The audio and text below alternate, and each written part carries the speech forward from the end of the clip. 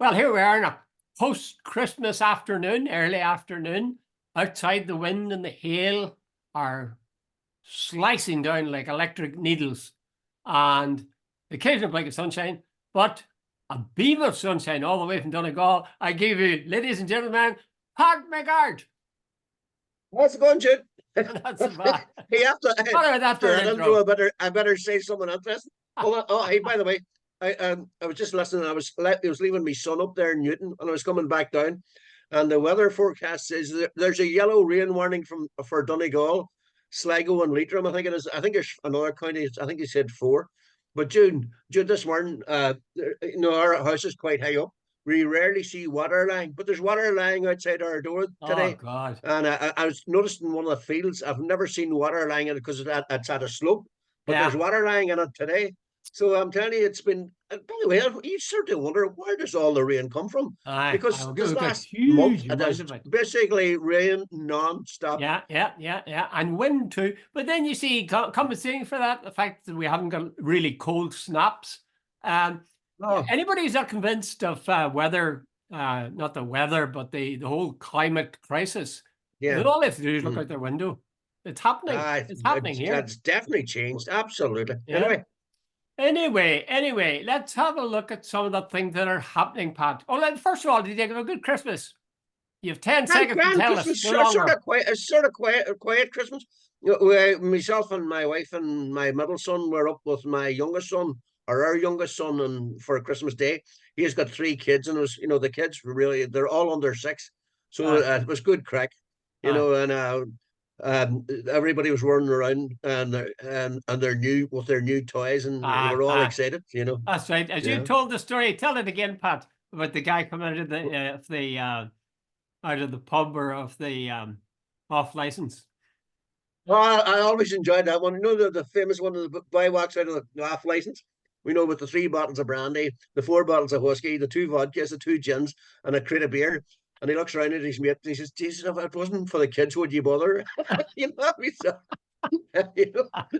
love that. I love it. Okay. Let's move from the comic to the, well, I was going to say this might be a bit comic as well, because we're talking about Stephen Collins. I want again to underline the fact that this guy has no blood connection of mine. Stephen Collins, columnist in the Irish Times, and he's accusing he picks up on this item where Sinn Féin are doing down, apparently, the South generally, and the Stephen Collins, I think, called it something like, what did he say it was? He claimed after the swathe of the population.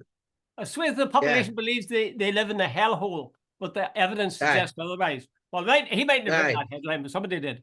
What were you saying? Sorry, Pat. Yeah, but anyway, he mentions that line in his column. But the funny thing about it, Jude, he has a massive. He bases this on a sort of rather spurious thing that Mary Lou McDonald and Leo Varadkar. Mary Lou McDonald said after the attack on the school that the state services didn't really kick in all that well and so on. Now, whether she was right or wrong, I am not sure. That's a matter for conjecture. But the whole thing, he based the premise then in the article that Sinn Féin bash all the time and so on. And he says, in actual fact, I love this line, that services have never been better. And Jude, I am speaking personally. If he is serious about that, he really needs to have a good look at himself. What services was he referring to? Yeah, well, that's the point. I think there's about about 1 million people, and I was going to say 1 million people on hospital waiting lists. There are people who are being told they're going to be waiting for 6 years for a hip replacement. A whole lot of examinations have been put on the long finger. I think somebody was told the last day that they could have some sort of cancer, but it could be 6 months before they get a test done, and so on. If you're one of those people, don't try and Stephen Collins shouldn't be trying to tell people like that the services are good. And, there's also sort of things. Try getting an appointment with your GP. Try getting a house. There's no local authority houses anymore, and so on. So this, me and you have been down this road before, but this. I think what Stephen Collins wants to go is have a bash at Sinn Féin. And a lot of it seems to be based on, the old thing from about 30, 40 years ago. He wants to have to go, whether he likes it or not, Mary Lou McDonald, Pierce Doherty, David Cullinan, Owen O'Brien are not Jerry Adams and Martin McGuinness. They are not from that ilk or that background. But he seems to want to hark back to this and so on. And he also has to go about the fact that up until recently, Sinn Féin didn't approve or support the special criminal court and all the rest of it. You know, but Jude, one of the things, the special criminal court back in the day was a bit of a sort of conveyor belt of throwing Republicans into prison with very little evidence. Now, I'm not saying, by the way, I actually do support the criminal court, but I can see why people I have reservations, Pat. I have to say I have reservations. I have reservations about it too, but I support it in general because, Jude, there's a lot of thugs running around Dublin, drug dealers who will not be behind bars because they intimidate jurors, and I accept that. I suppose, but in the past, they have been used. The criminal court have been used to get people off the street with very little evidence. Well, listen, I thought that in the Collins article, Stephen Collins article, he was giving out that he said Mary Lou had said that there wasn't the state hadn't really responded to the victims. And he then said that he cited several people, Leo Varadkar, I think Neil Martin, and Josepha, somebody. Who's Josepha? Who was that? Madigan, Josepha Madigan, yeah. Madigan. They all had said that was not the case. And then he accepts that. He simply accepts it. Look, I didn't hear him citing chapter and verse to prove that they were right and Mary Lou was wrong. But I was struck by the fact that he compared her, or Josepha compared Mary Lou to Trump, and said this was Mary Lou wouldn't back down for Stephen approved of that. She said Josepha said it was Mary Lou Trump, which actually, if you stop to think about it for a minute, just calling her Mary Lou Trump. That's exactly the strategy that Trump himself uses. Lying, whoever it was, and Sleepy Joe Biden and so on. That's exactly the name-calling sort of level that we despise in Putin, or in Trump. And there she's doing exactly the same thing. I'm not sure I would have been more convinced if it had two things. One, it hadn't been Stephen Collins, because you know you're going to get an anti-Shinner line when he puts pen to paper. And secondly, I think if he had been able to give us the occasions on which Fine Gael and Fianna Fáil and the Greens had acted in terms of that crisis with that a knife attack, if he had been able to cite some instances that were there expressed by politicians in the Dáil, that would have been more convincing. But what we get is Sinn Féin and Mary Lou saying one thing, Josepha, Leo and Micheál saying another thing, and of course Stephen Collins goes with the second match. I find that just a bit facile and childish, really. Stephen Collins really, as an establishment spokesperson, he takes the side of the government on every occasion. And Jude, you know, the government deserves credit for certain things, but let's be honest. There are two Irelands in the Republic of Ireland, if you want to put it that way. If you're well off, it's lovely. It's a great society because you can get your private health and you can queue jump and so on. You can get your kids into education, get them, into nice schools and get them grinds and all the rest of it. If you're in a poorly paid job, the prices have gone through the roof. You can't get a health appointment. You can't get for a hospital. You can't get an appointment for a doctor. Your rent is probably through the roof that you don't have.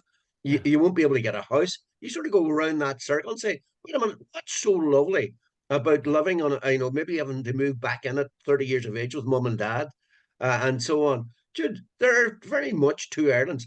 And, the nice, comfortable Ireland doesn't get it, that there are other people who are far from comfortable. I absolutely agree. You have the South is a prosperous state, but it's not an equal state. You can see the division. You go down to Dublin, you see it. But I think you're broadening it out, and you're right to broaden it out to more general terms. But let's just nail this particular thing. Mary Lou McDonald accused the government of not having responded properly to the victims. I would agree with her in that. I saw during the riots, first of all, there was an attack in the afternoon, then there was a sort of a lull, and then we had the attacks, the rioting and so on. At no stage did I see the Minister for Justice interviewed or on screen. Was I wrong in that? Did I miss her that day? Oh, no, she wasn't. No. I certainly, Drew Harris, I don't think I saw him either. I saw him the next day, but I don't think I saw him. Yeah, next day, yeah. So the fact of the matter is, you had rioting where O'Connell Street was taken over, you could say, by a bunch of rioters. And who was to blame? Mary Lou McDonald, Mary Lou Trump. You know, it's just sort of pathetic, really. The fact of the matter is they didn't handle that well. The Gardaí should have been given a chance.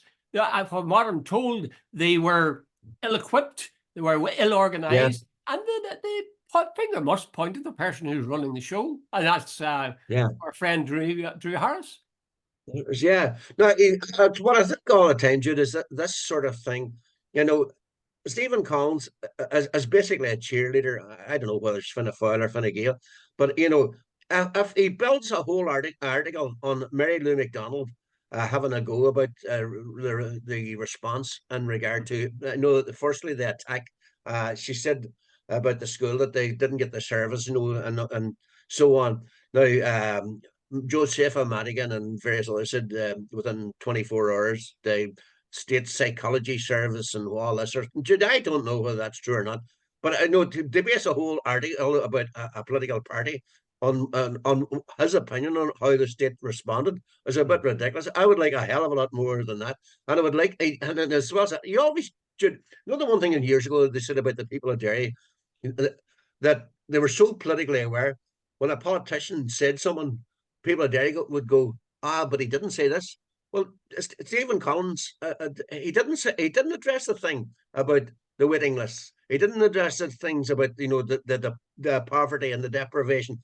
You don't judge a country or an economy on how well multinationals are doing. It's how the poor are doing and how the people at the bottom end are doing. Yeah, I think there's something laughable in the fact that you had that riot, the stabbing in the first place, and then the riot, and somehow or another, the fault comes back to Sinn Féin.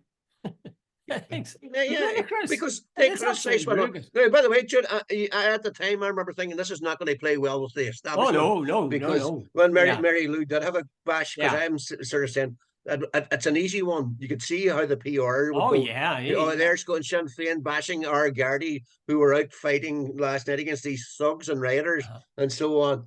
But the point she made was, and by the way, Jude, no one can gainsay her in the saying what she said, in the sense that she said they were warned that parts of Dublin have now become no-go areas. O'Connell Street at night is seriously dangerous, that there's drug dealers operating openly in certain back alleys, etc., etc. And she says, and to turn around and say we didn't know this was happening.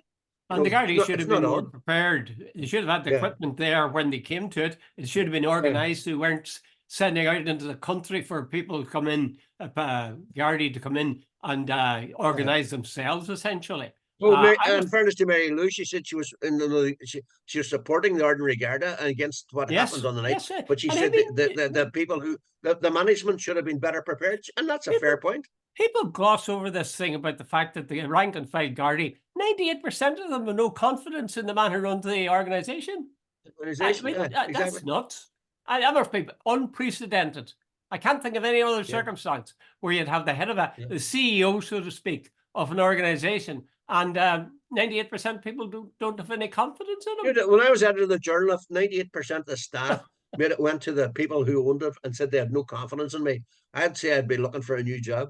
It would have been. I think so. And I don't see any softening of attitude in the light of that was before the riots.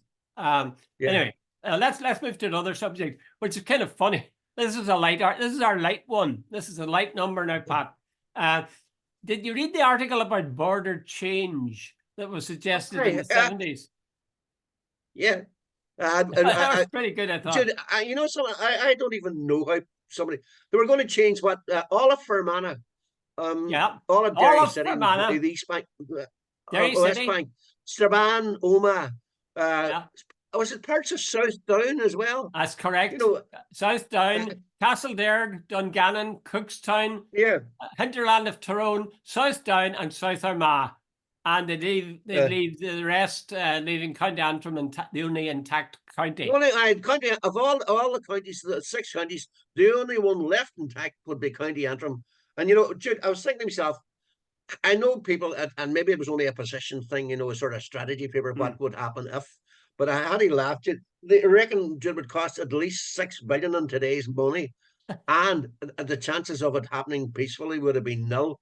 But they were so desperate to try and find a solution for what was going on in the north at the time that they threw out these sort of things. But Jude, can you imagine trying to, like, how possibly would County Antrim on its own stay? Would that be a state on its own, for want of a better term? Yeah, it was a great. Well, it would have Belfast, I suppose. It's a crazy idea, and actually, in a way, I find it commendable in one respect, and that is that they put their finger on the problem, which was the border. Yeah, partition is the problem, but they didn't deal with when they're taking 60% and going to put it into the Republic. They didn't say what would the Protestant or the Unionist reaction be as a minority in this new expanded southern state. How would they fairly sizable minority? Would County Antrim not be like Gaza then? Exactly. Where about the 900,000 Protestants would probably all move there. Well, most of them would. By the way, it was going to be 2/3 of the landmass of Northern Ireland would have been back into the Republic. So Jude, it would be a never decreasing partition or repartition. And don't forget there'd be a minority of Catholics or nationalists would have been left in the northern state. Think what their reaction would have been. You think of the Falls Road and south of Mascot, and saying that this is twice this has happened. But nobody even stopped to think about it for a second. The repartition. If people really stopped and thought, they repartitioned an island. An island. If there's one thing that's clearly defined geographic unit, it's an island. And maybe we're being too hard, and maybe, as you say, it was just a kite that they flew. They didn't make it public then, very wisely.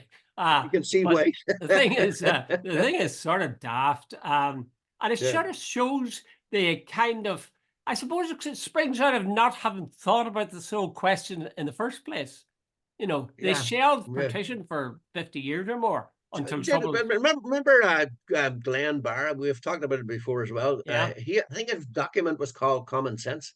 I remember Glenn was talking about back then. Everybody was trying to find a solution, and the loyalists were quite willing to go for UDI, Universal Declaration of Independence for Northern Ireland. In other words, they were, and I remember saying to Glenn, I said, "How's this going down?"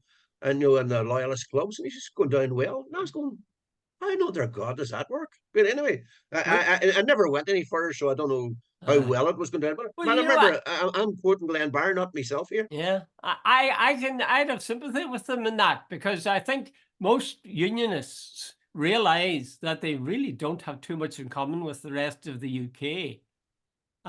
So the idea of independence would be quite attractive, in fact, if it could be made stick, which it couldn't. Because they need about 12 billion pounds every year. But it would be an attractive idea because their identity is different from that in England. And, we're not as British as Finchley. So in that sense, that's what they were responding to. I was chatting to a young English fellow last night, and we were just to digress slightly. He said this whole thing about Northern Ireland. He says this thing about Jamie Bryson and Jim Allister and all these. He's been watching it, and he says, I find that, he says, unbelievably funny. He says, and they said this union thing. He says Northern Ireland has never been part of the UK, and as I understand it, he says it was the only place that had its own parliament for starters. So he said, and it wasn't ruled from Westminster. And he says the other thing as well. He says this thing that about goods and services. He says for years, and I remember reading the point he made was well made, I thought. He says, you used to see all these ads, and he says, in brackets, not available in Northern Ireland.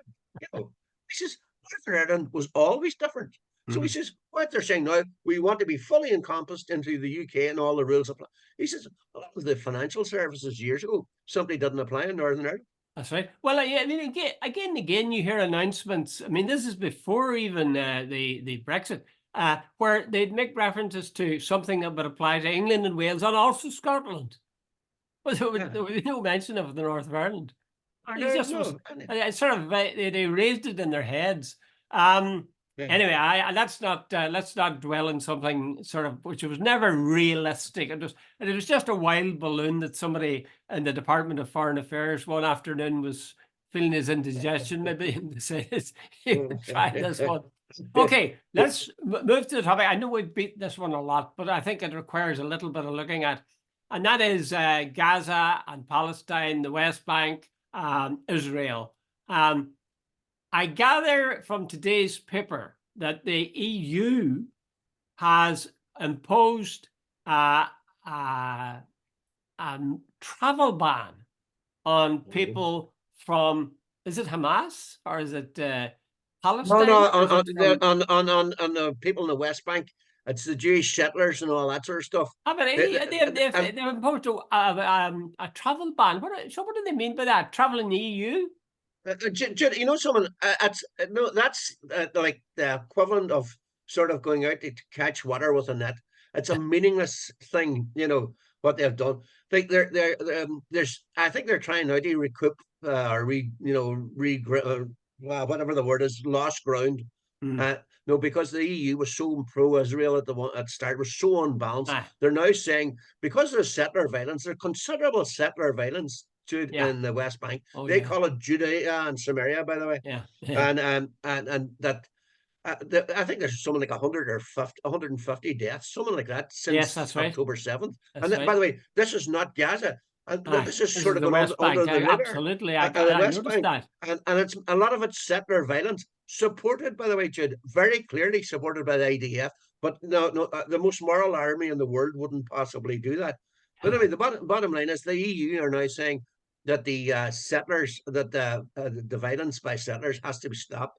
Michal Martin issued a surprisingly strong statement. Said it's totally unacceptable, and he said the Israelis have to do something about it. David Cameron, surprisingly as well, Lord Cameron has joined in as well, and some Americans. But Jude, I don't think if you're a hardline Orthodox Israeli settler, will you give a shit about traveling to Europe or traveling to America? You know, it's pointless. I can't really pointless. I cannot believe that they were serious about that.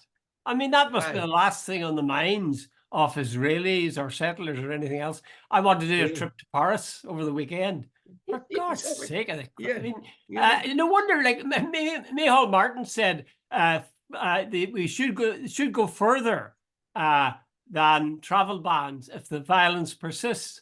Well, I mean, that's so bleeding obvious. In other words, this notion of a travel ban is simply ludicrous. And the EU says it wants to know who's giving money to Hamas. And it doesn't ask the obvious other side of that coin, who's giving money and armaments to Israel. It seems to me they're condemning the people who might be supporting Hamas. I don't know who support them. Maybe Putin, perhaps. But I think they're only giving a hostage to fortune with that, because the next thing comes into your mind is who's supporting Israel. And I think this is a key point, and it hasn't been looked at carefully enough. Who is supporting Israel? Who makes the war possible? It's like, Pat, if you and I were in an IRA unit, right? And we were caught, you were going to rob a bank, and I was out driving the getaway car, and you went in to rob the bank, and you were caught, and I was caught sitting in the car revving the engine. I would be seen as equally responsible for this raid, because I was making it possible for you to go in and do the robbing and come back. So no person who's reasonable would say, oh, no, Collins is all right. He was just sitting in a car that was sitting outside the bank. He's okay. It's all my guards' fault. What a load of rubbish. The fact of the matter is, tomorrow, the US could begin to stop the deaths in Israel or in Gaza or in the West Bank. They could stop it just like that, but they choose not to. They simply choose not to. Why are people not up shouting about that? You know, the US is waving its hands and saying, oh, we want you to be a wee bit more discriminate when you're doing this searching after. What? That is nonsense. The absolute hypocrisy, double standards, and amorality and immorality of the Americans is shocking. Jude, the I think I'm open to correction this, but I think it's near enough right. And about the first 2 weeks, the Israelis had dropped so many bombs in Gaza they needed resupplied by the Americans. The Americans have some sort of a secret basis apparently in Israel, where they've stockpiled weapons on the basis that they might need them sometime in the future if there's an uprising in the Middle East and they want to have their stockpile there. Apparently, I read the last day that somebody says they've probably given the Israelis the keys to those stockpiles and take whatever you want. Now they're using these. By the way, the other thing, Jude, there was this crap from the Israelis and the Americans that these were all missile precision built missiles, and they weren't going to do damage. They're now admitted that the Israelis have had 6,000. How many they have used, I don't know. 6,000 dumb bombs. In other words, they're not precision. They just drop them from the air and they can go any direction and so on. And by the way, Jude, I noticed on some of Facebook, and I think I've been involved in. There's a guy coming on saying, it doesn't really matter that it's all Hamas's fault and all the rest. Jude, by October 5th or October 6th, there were 248 Palestinians murdered, shot dead by the IDF. And the guy tried to suggest, and I'm not going to even bother naming him, that he was suggesting that there was a ceasefire until October 7th. If you consider a ceasefire when there's 248 Palestinians shot dead in less than a calendar year by the Israelis, I would love to know your definition of a ceasefire. Yeah, it's the whole thing. See, Michal Martin has made a statement, and I'll read it to you. He says, "We believe what's happening in the West Bank is shocking. It's in violation of UN resolutions and in violation of international humanitarian law. And we've made it clear consistently at the UN and other levels that this has to stop now." Now, from one point of view, that's a highly commendable statement from Michal Martin, and I'd salute him for making it. But from another way of looking at it, it might be that you could equally brand that as an example of a classic example of political opportunism. Yeah. Because the fact of the matter is that Fianna Fáil in particular are in desperate political straits if the opinion polls are anyway right. So he's going to be looking for something that'll take it away from things that are mess and that they're related to, and to somewhere where they've no real say and they can sound virtuous. I find it, maybe am I too cynical when I say I just find that a little bit hypocritical. The thing about it, Fianna Fáil, Do you think that's hypocritical, Pat? I want you to tell me if I'm a hypocrite or not. No, not at all. I'm totally in agreement. No, I've become very cynical about that. I think some of our politicians, now, the only person I have to say this is that Varadkar. Varadkar has been out front almost from the start, and I have to give him credit for that, definitely, and so on. But I think Michal Martin, as usual, milk and water, he's the foreign minister. And he said basically bugger all about Israel at the start. And I think he's sort of misread the room, and he's now copped on that the grassroots are saying, wait a minute, Michal, what Israel is doing is so grotesquely disproportionate that it's time you got out there and said something. So he's now sort of coming out. By the way, let me get this clear. I can't remember the name of the guy, the Israeli. The UN as human rights commissioner said he's seriously concerned about the disproportionate use of force and so on. And the spokesperson for Netanyahu said the statement is disgraceful and it's woeful and so on. And you sort of go, the Israelis attack anybody that sort of questions them. They were having to go with the UNRWA, saying that the UNRWA was being run by the Palestinians, the relief agency. Yes. They have a go at Amnesty. They have a go at Human Rights Watch. They have a go at B'Tselem. They have a go at Jewish Voice for Peace. Anybody that says Israel has been disproportionate is labelled anti-Semitic. Well, I sometimes think that there's two things. We don't look at a big question for me is why does the US support Israel so fully? I think you're suggesting that it's because they've got armaments and that the Jewish state is their kind of watchdog for the Middle East. Yeah, that's to my look theory. after things. Yeah. I was looking at a guy giving a talk on this, a fairly informed academic from the States, Harvard or somewhere like that. And he was making the point that the reason is that, and it rings true to me. He says it's the Jewish lobby in the US. The Jewish lobby is extremely effective. Now, he says there's nothing wrong with that. That's not illegal. But he's just saying this is a source, this is a crowbar, which pushes US into supporting Israel. This time-honored and very effective Jewish lobby. And that made sense to me. And then I thought, why is Biden then doing what he's doing? He's doing it because there's a Jewish lobby, because there's a lot of Jewish people in the States, and he doesn't want to turn them off. He's looking for votes. He's going to be desperate for votes inside a year. So, of course, he's going to want to keep them happy.